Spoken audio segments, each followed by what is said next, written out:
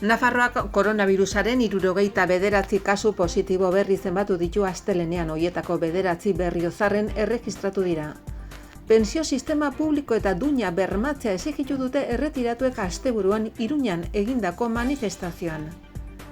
Euskal Herriko eskubideen sozialen kartak deituta manifestazioa izan da Iruñan. 100 lagunek pandemiari aurre egiteko baliabide gehiago eskatu dituzte zerbitzu publikoa garatuz.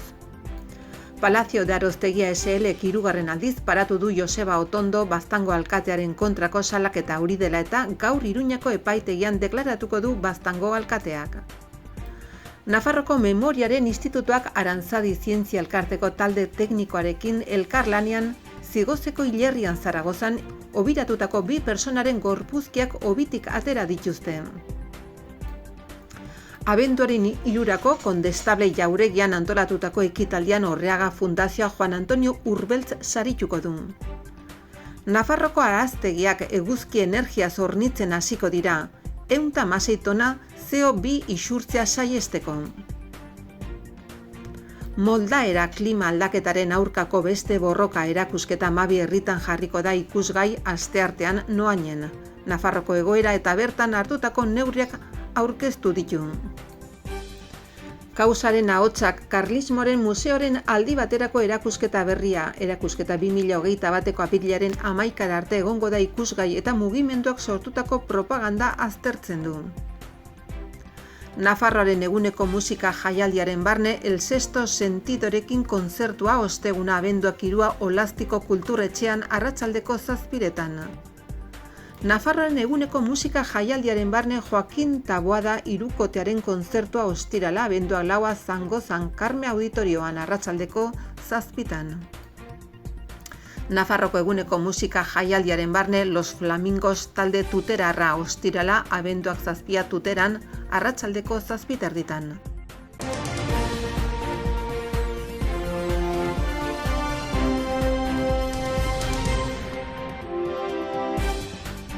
Astelenean 1452 PCR eta antigenoen frogak egin ziren Nafarroan, 79 positibo berri atzeman dira eta positiboen tasa 4,8% jaitsi da oraingontan. Berriozarren erregistratu dira 9 kasu berri, Alsasun eta Zintrogenigon bakoitzan 4 eta Burlata, Txandrea eta Arrotxapean bakoitzan 3. Zubiak eta eguberriak hurbiltzen ari zaizkigunez gogoraziko ditugu Espainiako gobernuak iragarritako neurriak.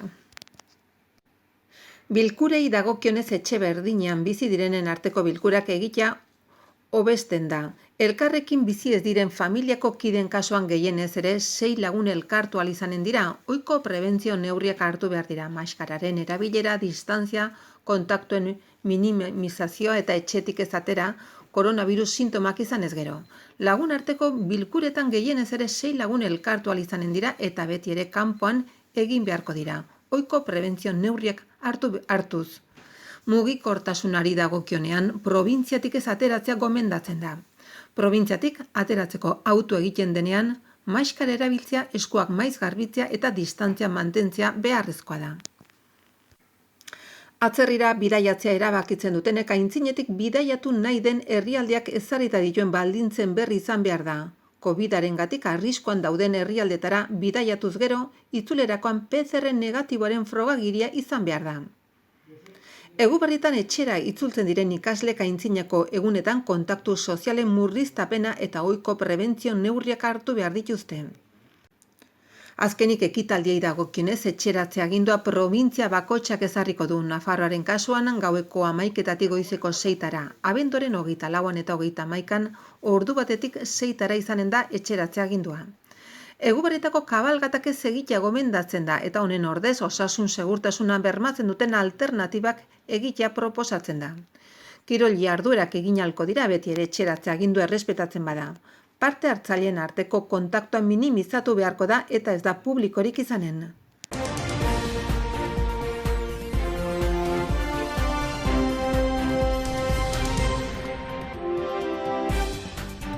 Nafarroko aurrekontuetan pensionisten egoera kontutan hartzea eskatu dute Iruñan. Pentsio sistema publikoa eta duina bermatzea exigitu dute erretiratuek Iruñan egindako manifestazioan asteburuan. Hemen bildu gara, pentsiodunak astelenero egiten ditugun bilkuraren lerroan. Gaur pentsatu dugu kontzentrazioa egin beharrean manifestazio moduan egitea parlamentoraino iristeko eta gutxienez orain aurrekontuak aztertzen edo erabakiko den garaian gaudenez, esateko gure parlamentuari kontuan izatea pentsiodunen egoera.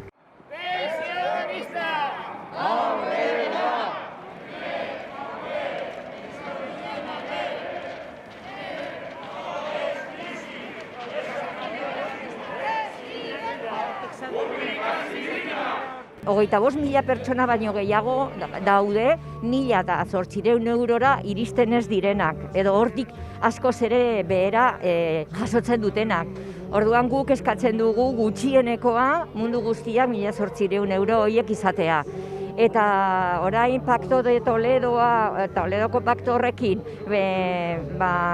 eztabaidan ari garenez bitarte honetan eskatzen diogu 2011 eta 2013ko erreforma horiek bertan bera uztea, kontuan izatea gutxieneko pentsio hori, eta zenbait aldarrikapen gehiago generoaren artean desberdintasun horiek ez izatea, 300 jubilazio garaia edo ez luzatzea. Orduan hemen elkartzen gara elkarte gehiago eta pentsiodun gehiago, eta animatzen dugu hemendik aurrera jarraitu beharko dugula gure eskakizunekin datorren egoera datorrela, eta hori ikusita inoiz baino indar gehiagorekin mobilizatu beharko dugula.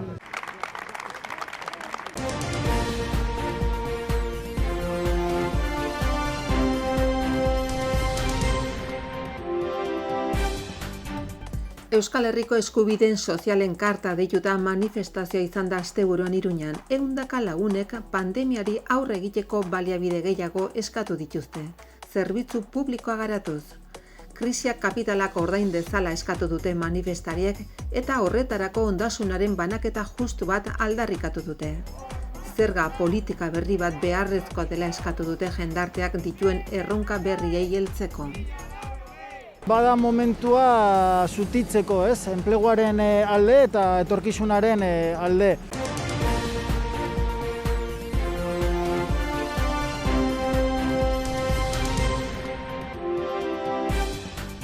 Palacio de Aroztegi SLek 3. aldiz jarri dio Joseba Otondo Baztango alkatearen kontrako salaketa.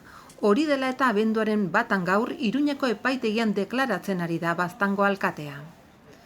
Baztango EH Bildu jakitera eman duenez 2020ko abenduaren 1 Otondo Iruñako epaitegian deklaratu beharko du, adierazi dutenez oraingo marko politiko eta instituzionalean alkatea herritarren adierazpide demokratikoaren ordezkaria da, herritarren erranari eta interes publikoari zor zaiona. Haatik Palacio de Aroztegia judizialki behin eta berriz zanpatu nahi du alkatea beren erranetara apalarazteko. Beren nagusitasun ekonomikoa erabili nahi dute instituzio eta ordezkari politikoak makurrarazteko. Eta hori ez da onartzen, salatu du EH Bilduk. Gaurkoan 3. aldikoz Palacio Aroztegiak salaketa bat jarri du nire kontra. Aitzinetik ere, aitzineko Baztango alkatearen kontra bertze jarriak zituen.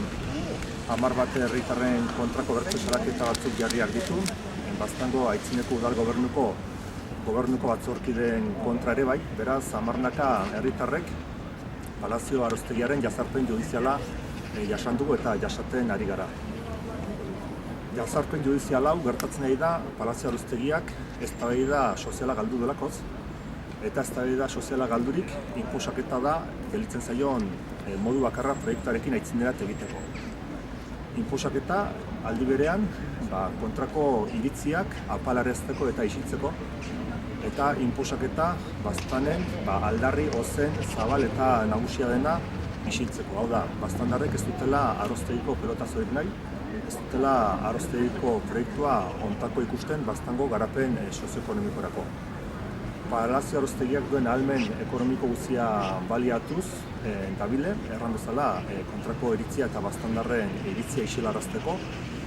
Bereek duten ahalmen ekonomiko hortarako ahalbidea ematen die. Guretako nekagarri gertatzen dena termino ekonomikoetan gure buruen defentsa bereindako aixe izaten da. Eta beraz, nagusikeri hori ibili nahi dute. Eta nola nahi ere, bada guztiuntan kontu bereziki aipagarri eta salagarri bat. Eta hori da, iduridu batzuk hauteskundetarat aurkeztu gabe nahi dutela bastan gobernatu, eta hori onartezina da. Gu hautetxi politikoa gara, bastandarrek hala hautaturik hor harri garenak jardun batean, eta bertze batzuk berriz, erran bezala hauteskundetarat aurkeztu gabe, agindu nahi dute bastanen, erran nahi dute bastanen zer egin, zer ez egin, eta zer erran eta zer ez erran ere bai. Eta hori autoritarismo hutsa da, hori da azkeneko hamarkada hoketan luze zabalean, bazter guztietan elite ekonomiko autoritario bat hartzen ari den jarrera, eta horren aitzinean beti tente eta zutik idukiko gaituzte gure lurraldearen defentsan eta baztandarren interesen defentsan. Berriro gatoz epaitegietara, negarren aldiz izanen da ja, segurazki, Palazio de Arostegiak enpresak egiten dituen zarpen judizial horiek salatzera eta aldi berean gure alkatea, kasu honetan Joseba Otondo, babes politiko osoa ematera. Dakitzuenez gaur deitu dute berriro epaitegitara, balizko prebarikazio delitu batetaz hitz egiteko eta azken finean hemen Josebak egin zuena zen bere udala, bere lurra eta Baztango ondasuna defendatzea, besterik ez zuen egin. Hemen bertan dagoena da nola ulertzen den lurraldearen antolaketa, eta kasu honetan esan dezakeguna da Príncipe de Viana delako instituzioak egin zuen txosten baten aldeko jarrera azaltzeagatik deitzen dute gaur Joseba deklaratzea.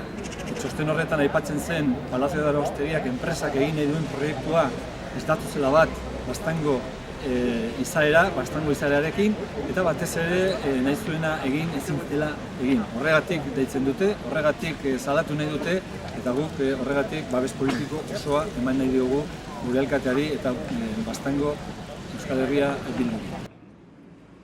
Astelehenean Baztango udalera gerturatu ginen eta zuzenean jakin izan genuen zer iritzi dion alkateak Joseba Otondok afera berdinetaz hirugarren aldiz joan aintzinetik. Palazio Arostegiak hotelaiteko obren baimena, obren lizentzia galde egin zuen, eta lizentzioi eskuraturik ondotik baliogabete ginuen. Tartean, Príncipe de Viana erakundearen txosten bat ailegatu zelakoz. Txosten horrek erraten zuen, hotelak ez zuela inguruarekin bat egiten eta beraz kontrako iritzia zutela hotelari buruz baldintza horietan iteko. Beraz, Príncipe de Vianaren txostena hona ailegatu, kontrako txostena ailegatu, eta horren gainean alkate bazpen bat inginuen, aitzinetik eskuratu zuten obra baimenoi baliogabetuz. Eta orduen Palazio de Arostegiak horren gainean salaketa apatu du, prevarikazio delitu bat egotziz. Inondik ez da prevarikazio deliturik hortan, baina bere norai arteko estrategiari jarraikiz nola peitere, hemengo hautetxi demokratikoak, ordezkari politikoak estu hartu nahi dituzte, proiektuaren kontrako aurkakotasuna nolaz peitere isilarazteko alduten neurrian, eta beraz beraien jazarpen judizial estrategia horri erantzuten dio guziunek. Guk deliturik ez dugu egin, Palazio de Arostegiak eztabaida soziala galdu du, herritar guzien begietarat argi eta garbi, Arostegiko proiektua da inposatutako proiektu bat, herritarren nahiaren gainetik inposatuko dutena, Baztango erakundeen nahiaren gainetik inposatuko dutena, eta eztabaida soziala galdu dutelarik, inongo legitimidaderik ez dutelarik, beraiek duten gauza bakarra da agintekeria eta momentu batean Nafarroako gobernuaren babesa. Beraz, proiektua zerren argi eta garbi gelditu da. Inork nahi ez duen proiektu bat eta bereik duten ahalmen ekonomikoarengatik eta Nafarroako gobernuari buruz duten hurbiltasunarengatik inen dena. Baina hortaz gain, untan bada nik uste kontu bat edo pare bat kontu bereziki aipatzekoa direnak, ez? Alde batetik da, marra guziak gainditzen nahi direla, hautetxien kontrako jazarpenean, herritarren kontrako jazarpenean, herritarrei ere jarri baitizkiete salaketak, baina kontuen hartu behar dugu, azkenean, batzuk gustuko izan dute, bertzek ez, baina gu herritarren nahi demokratiko baten ordezkari gara. Hauteskundetan herritarrek bozkatzen dute, behar bada gero batzuk urrikituko dira ez, baina herritarrek bozkatu dute eta gu bozketa baten ondorio eta emaitza gara. Beraz hor badago borondate demokratiko bat. Eta horiek nola jokatzen ari diren baztandarrek erabaki duten ordezkaritza politiko, instituzional, demokratikoaren kontra, hori guziz onartezina da. Eta errespetu guti erakusten dute joko demokratikoaren arauei buruz. Eta horrekin batean, eta horrekin loturik ere bai, iduridu azkeneko 10 urteoketan badela nahi bat, botere ekonomiko batzun aldetik, eta nahi hori da, horiek hauteskundetarat aurkeztu gabe, nahi dutela mundua gobernatu. Nahi dutela baiarak gobernatu, nahi dutela herriak gobernatu. Eta badago botere ekonomiko bat, hortan aidena azkeneko 10 guzioketan, eta orduen ikusten nahi gara nola demokraziaren gainbera eta urraketa bat bizitzen nahi garen, eta gero eta gehiago, prozesu demokratikoetatik aparte, badagoela elite ekonomiko bat, munduaren nondik norakoak arautu eta gidatu nahi dituena. Termino ekonomikoetan, baina baita ere sozial, kultural eta gainerako alderditan ere bai. Eta orduan Palazio Aroztegia egiten nahi dena horixe da. Elite ekonomiko horren plantamenduarekin guziz bat egiten du. Hauteskundetarat ez dira aurkezten eta hauteskundetarat aurkeztu gabe nahi dute horiek agindu. Nahi dute horiek gobernatu baztanen zer eginen den eta zer inen ez den. Eta hori hola ez bada, hau da, horri kontra egiten duten jendeak balin badaude eta horri kontra egiten duten hautetxiak balin badaude, horiek estu hartu. Jendeak ja isilarazten duzten edo apalarazten duzten. Eta hori ez dugu inondik ere onartzen dal.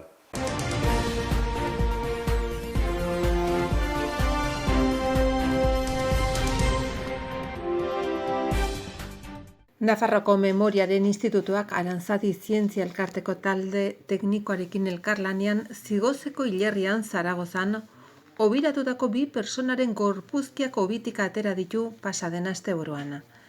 Jasotako testigantzen arabera Vicente Abadia Naut Izabako gaztea da eta bestea haren lagun ezezagun bat, biak frankismoaren aurkako borrokalariak garai hartako iturri ofizialen arabera.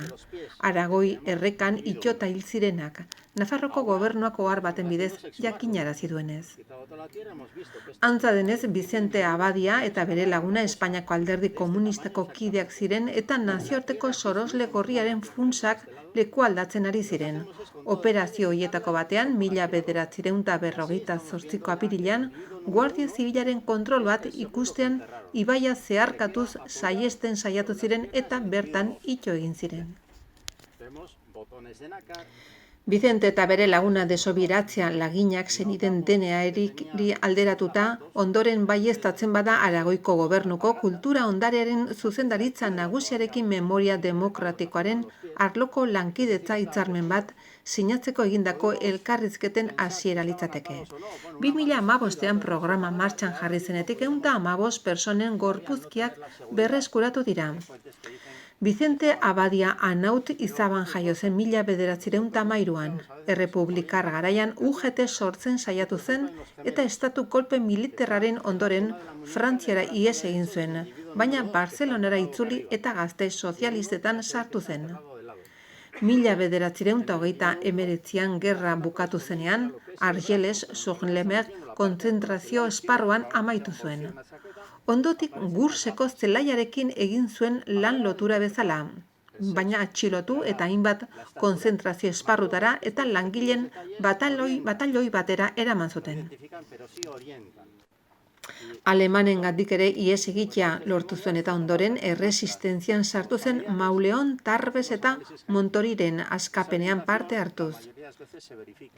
Bere azken urteetan lotura gisa jardun zuen 1958an hil zen arte, 35 urte zituela dokumentazio falsoa zeramala. Zigozeko bizilagunek ezagutu egin zuten, baina ez zuten identifikatu bere senideak izabako jendea arriskuan ez jartzeko. Guardia Zibilaren arabera heriotzaren arrazoia odol jarioa izan zen. Hilabetea amaitu gabe beste gizon bat aurkitu zuten Aragoi errekan, Antonio Gil Rodríguez izeneko ziurrenik falsua eta Bizenteren laguna.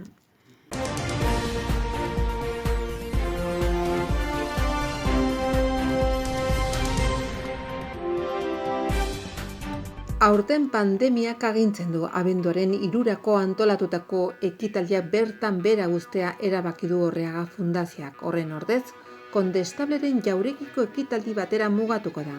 Eta bertan, Juan Antonio Urbeltzi Orreaga Fundazioa saria emango diote. Ekitaldi arratsaldeko 6 areto nagusian izanen da. Era berean Leringo Kondea saria, hau da Nafarroko euskal despersonalizazioan egindako lanagatik nabarmentzen denari, Maite Esporrini emango diote Iruñako udaleko PSOeko bozera mailari. Navarra Sumako udal taldeari beharrezko eta ezinbesteko babesa emateagatik. Iruñeko udalaren esparruan euskara ezabatzeko duen politikakin. Juan Antonio Urbeltz Navarro Iruñan jaio zen 1940an. Folklorista eta kulturgizona da. Euskal dantza eta musika tradizionala berreskuratzen lan handia egin du Marian Arregi emaztearekin batera. Gaur egun Donostian bizi da, Oi Baldorba abesti ezagunaren letra sortu zuen. 1958an Goizaldi dantza taldean parte hartu zuen, 1975an Argia taldera igaro zen, eta talde hori zuzendu zuen urte askotan. Folkloreari buruzko hizlari eta publizista euskal koreografia atlasaren osaketa zuzendu du. Halaber, Goierriko Brokel dantzari eta Otsagabiko dantzei buruzko ikerlanen egilea da. 1967an Argia taldea, Kazereseko Espainian nazioarteko folklore jaialdira aurkeztu zen 2 urte geroago, Mindibilgo hirikora Britainia handian, Arantzadi Zientzia Elkarteko eta Euskal Herriaren adiskideen elkarteko kidea da, eta Eusko Ikaskuntzako folklore saileko presidentea ere. Bere lorpen handienetako bada aintzinako axuri beltza dantzaren berreskuratzea. 1985an Gipuzkoako Foru Aldundiko kultur zuzendari izendatu zuten. Dantzariak eta deia argitalpenetako lankide izan zen eta dantzak idazlanaren egilea.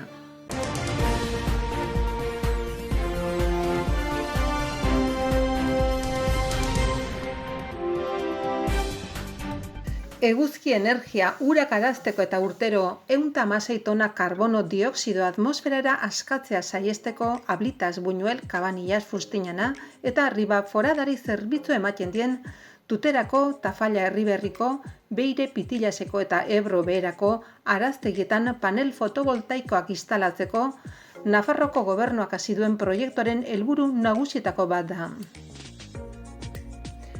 Ur arazketaren arduradun Nilsa Sozietate Publikoak zenbait solairutan panel fotovoltaikoak ezartzeko proiektuari ekin dio.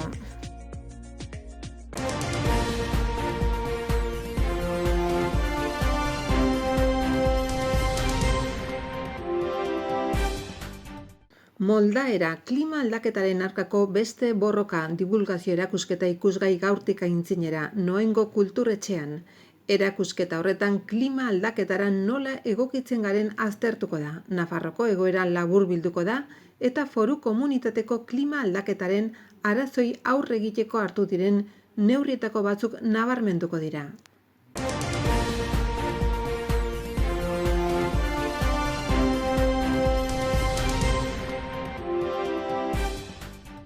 Ignacio Apeztegia Bianako Printzia erakundea kulturako zuzendari nagusiak Kausaren ahotsak karlismoaren propaganda eta hedatzea aldi baterako erakusketa berria aurkeztu du Karlismoaren Museoan. Mugimendu horrek sortutako informazio eta ura zabaltzeko erabilitako bideak aztertzen dituena. Erakusketaren komisaria Francisco Javier Kapistegi Unibertsitateko irakaslea izango da. Erakusketa 2021ko apirilaren 11 arte egongo da ikusgai eta mugimenduak sortutako propaganda aztertzen du.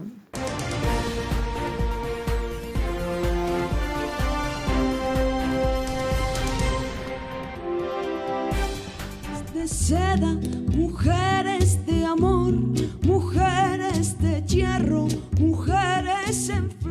Nafarroan eguneko musika jaialdiaren barne El Sexto Sentido ostegunean abenduak 3 Olaztiko kulturretxean arratsaldeko 7:00. Baluardeko auditorioan aurkeztu zen 2018ko azaroaren 18an El Sexto Sentido musika antzeslana.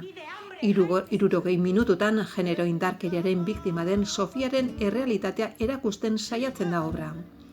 Zuzendaria Lola Rodríguez da genero indarkerian espezializaturiko terapeuta. Gidoia idaztean parte hartu du Sandra Iraizozek genero indarkeria jasan zuen komunikatzaileak eta horrek bermatu egiten ditu egiazkotasuna, zehaztasuna eta benekotasuna. Musika egokitzapenez Pedro Planillo musikari eta moldatzaile arduratu da. No se puede querer a quien se teme, ¿no? Desde el cielo, si se nos pierde el alma y el placer de vivir y entregándonos eternos, renacer en tu brazo.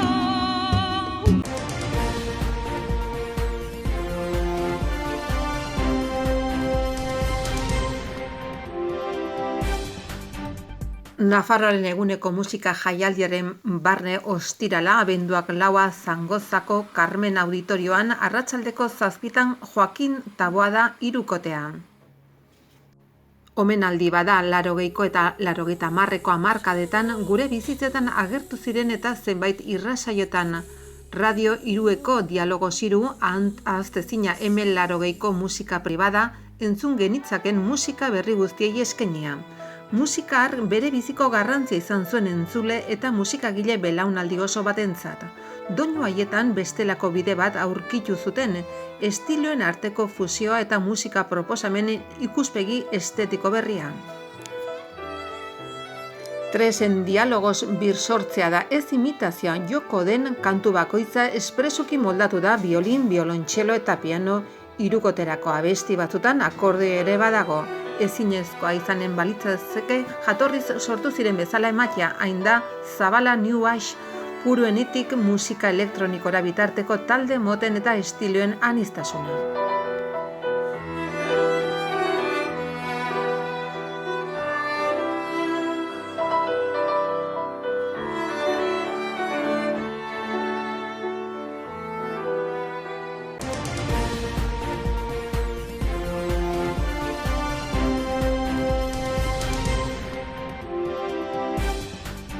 Nafarroaren eguneko musika jaialdiaren barne, ostirala abenduak 4 Tuteran Los Flamingos, bueltan da Los Flamingos talde tuterarra, beren 3. lana honako hau album formatuan izanen den Salto al Vacío grabatzeko baliaturiko etenaldi labur baten ondoren. Proiektu berrian heldutasuna agertzen dute erabat soinu sendoagoek eta melodia gogora erraxek ez dute inor epelutziko. Tuteran izango da arratsaldeko 7:30.